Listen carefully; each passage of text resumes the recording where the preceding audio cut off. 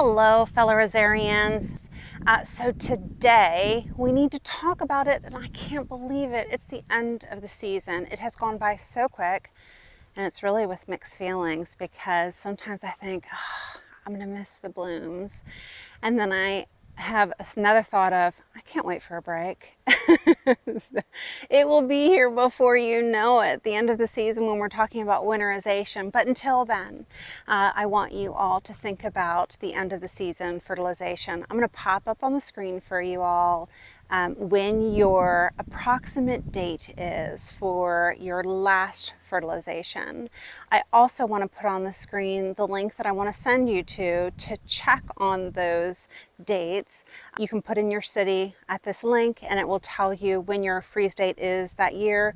I would check every year, honestly. Don't just assume that if for me, if it is September 17th when I should stop fertilizing, it's going to be September 17th every year. So when we look at my city, it comes back and it says for zone 7 that it is October 29th. So what does that mean? That means through historical records, that's when the average first freeze date is. It might be sooner, it might be later, but we as gardeners, we need to drive to that date. And so I want you to put in your date, and then I want you to back off 6 weeks prior to that. Why do we do that? If we are fertilizing, it is going to push those nutrients to the rows, and the reaction for the rose getting all of that good stuff is to push new growth. We don't want that rose to push that new growth beyond a period that it won't be able to have time to harden up, and that frost is going to hit it. So for my zone, I'm going to say September 17th, I need to be done. I'm really close to that right now, so I'm going to be done now. This will be my last treatment today that I'm going to do for the season, and then I don't have any worries about any new growth being affected by the freeze. But you can certainly push that date a little bit closer, but just be aware it gets risky the closer you get into that 6-week period prior to your freeze date. So let's look now at, I've done videos to share with you my fertilizers that I've used. So let's do a quick reminder. Once a month, I am trying to give that rose as much nutrients that supplementally that it doesn't have getting from the soil. So I'm giving it Rose Tone Granular once a month, and then on an alternating month, I'm going to use Fish Fertilizer. Why do we use something different? You could certainly use the same product the entire time if you're having great results, but a lot of rosarians want to give your rose something differently in the event that the rose requires a different ratio of NPK. It will give it a little bit of a variety. So we do that, but be aware, I have done a video since putting out my initial fertilization plan to you. I'm done using Fish Fertilizer. It smells, although I love the ingredients and it's organic and gentle, I've got to find a substitute because I'm so tired of mixing together the ingredients, and I'm going to have it everywhere. So that's why I'm really happy with Great Big Roses Rose Tone Granular, Great Big Roses Liquid.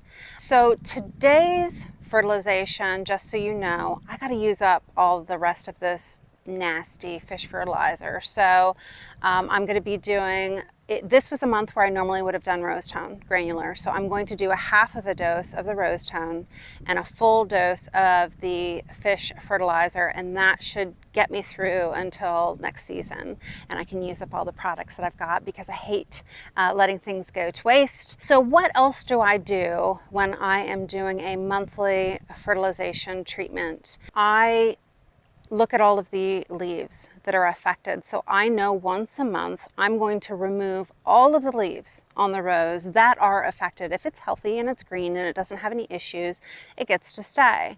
Why do I do this? I've mentioned to you before an analogy of keeping the training wheels on for your rose.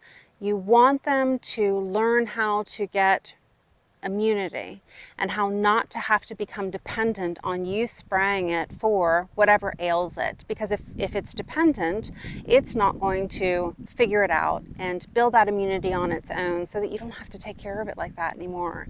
I have some roses that are just outstanding and they're black spot resistant and they need no additional spray or anything. So anyways, So what I do is I take the affected leaves, and let me show you real quick what I'm talking about. So last month I removed all of the affected leaves when I fertilized, so that I knew that within a 30-day period after those new leaves had flushed out, it's going to take approximately 2 weeks for that rose to push new leaves. So in the 2 weeks that it pushed the new leaves out to now, I have a bug, and I'm assuming this is a rose slug based on the white indicative mark here that tells me that somebody has been nibbling and making a little bit of a mosaic pattern on the back of this leaf.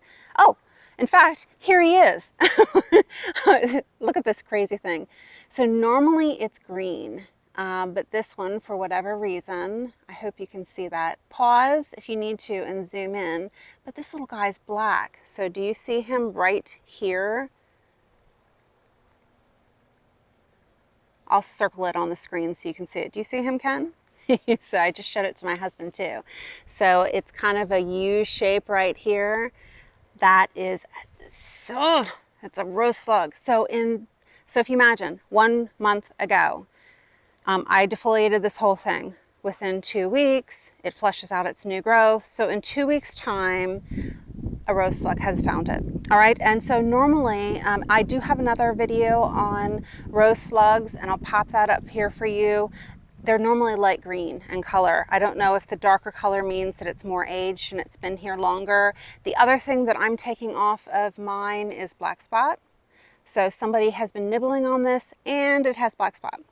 So normally when I'm going around on a daily basis looking at the roses and enjoying the blooms, if a leaf is really glaring at me with black spot or some issue, I'll go ahead and pick it off then, but I really don't focus my attention to every single time I go out removing all the affected leaves. If you've got time, I encourage you to do that. I don't know how many roses you have. Go ahead and put this in the container here and get it out of my bed. So I encourage you to do that every single time. But in my case, it's a once a month deal that I'm taking everything off of the rose. So being an organic gardener, I choose to do less, to let the rose try to figure it out. Now, it's not going to be able to figure out how to deal with rose slugs. That's something you're going to have to help with. The only spray that I have used this year is Captain Jack's, and I've done that when I have a rose bush that is just completely covered with rose slugs.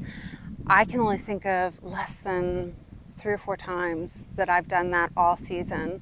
The rest of the season has been 100% just picking leaves and addressing any issues that I need to. So I really implore you, as you're entering your journey into being an organic gardener, to decide, is this issue that I'm upset about really a big deal?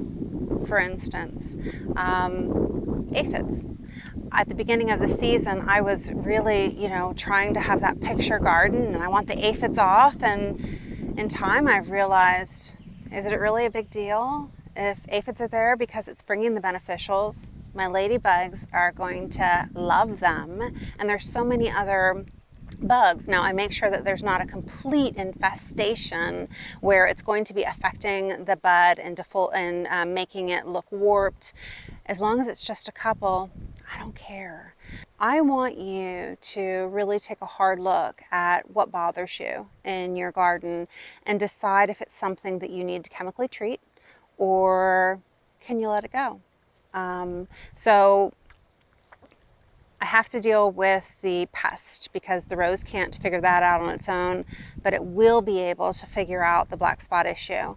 So when we've talked about training wheels and having a rose build its immunity, not only is a rose building its immunity through that once a month fertilizer treatment, age, and then finally allowing it to have an opportunity to fight off the black spot.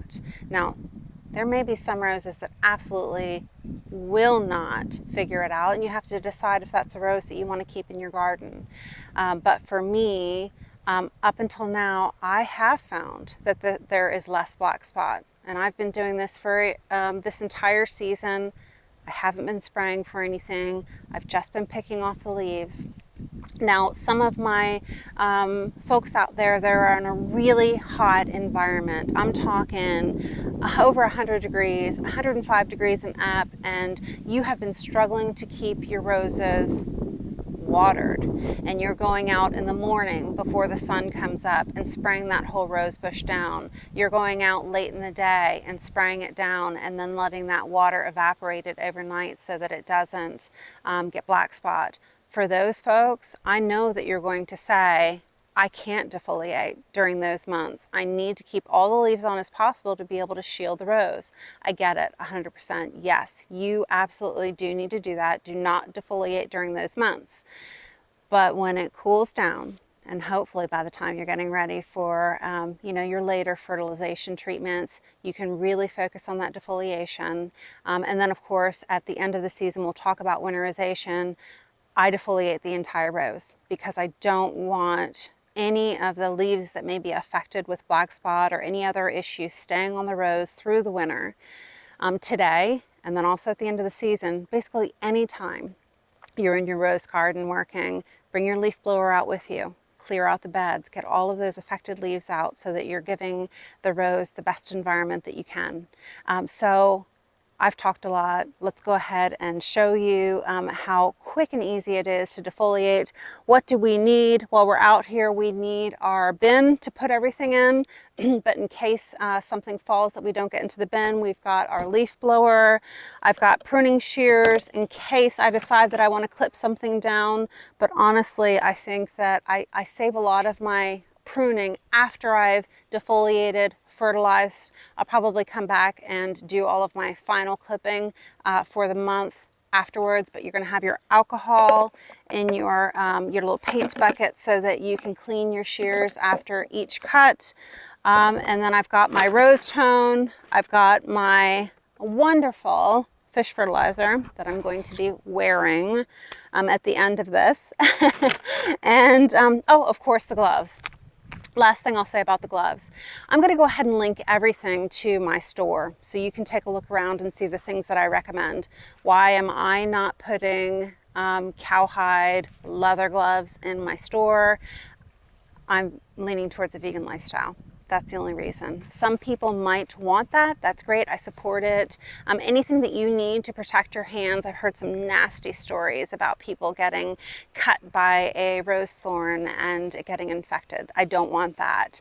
But if you choose to use something else besides leather, I've got some great things in my store for you to look at. I also find with the leather gloves, my hands don't move as well. They're just not flexible enough to be able to grab the little things. So I find that these work great. Yes, I'm going to get a little love bite every once in a while from a thorn, and I won't be happy about it, but I am happy with my choices as an organic gardener. So let's go ahead and get started. Okay, so here we are. I hope you can see the rose pretty well. First thing I would do is I've kind of showed you as I'm walking about, you can just snap off the beds. Not a big deal. I don't have to have my pruners out here right now, but that just allows me to see what's happening. As I mentioned, if it's not a beautiful leaf without any issue, it's coming off. For instance, even just leaving one speckle of that black spot fungus, it's going to replicate and the rain is going to bring it down the entire shrub. So I'm pulling off everything. And so when I pull it off, to make it easy, I'm grabbing the top of a cane just to be able to kind of hold it rigid for me. And then I'm going to pull down on everything that I see that has any kind of issue. So now I have finished with this one here. I ended up leaving one. One leaf is going to stay, but I assure you in 2 weeks, I'm pulling off from the rose next door too. In 2 weeks, it's going to be flushing out its new growth. So I'm going to kind of hold the top of this one and pull off these.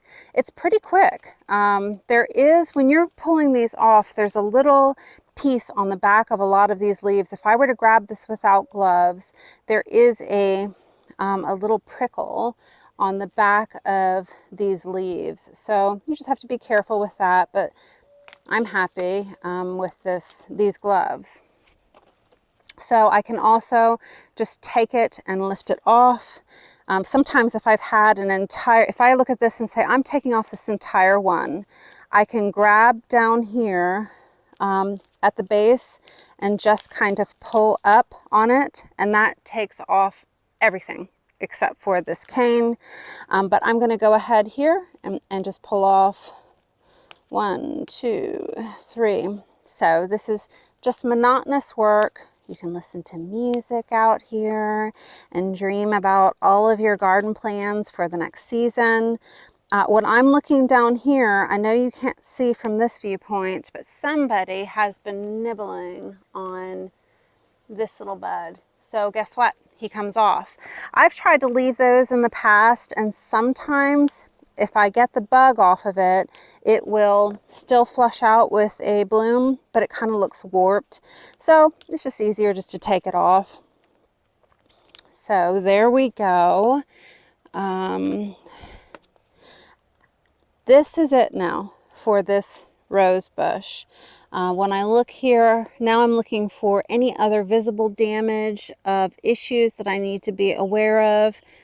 Besides where it's gotten a little bit dry, there is damage to this cane here. So I would like to get that off. Let me go ahead and grab my clippers real quick. Where was that one cane? You guys, I think I've lost my mind. I don't see where the damaged cane was. Ah, okay. Oh my goodness. See, if I don't have my glasses on, I can't find anything. So here's the damaged cane. Let me get it closer to show to you. Do you see how this is probably where the sawfly larvae were burrowing here? So if you ever see that on your rose, you want to get it off. But who knows? That was definitely not a good thing to have. So, you know, there's a little bit of dye pack, which is normal for the end of a cane that you cut.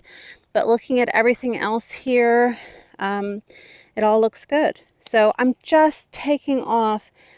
I'll do a major pruning and we'll reduce it by a third and remove some of the canes and thin it out as soon as we get to winter prep, because I do my winter prep in October, November. But now we're just taking care of anything that is a glaring issue for this next flush. So what are we left with? This is actually from another rose next to it right now. So we have 2 leaves here and 1 leaf here. And what we'll do is I will show you this rose in about 2 weeks. I will put a picture of it up on my social media, so I hope that you all are following me now there over at Rose Geeks.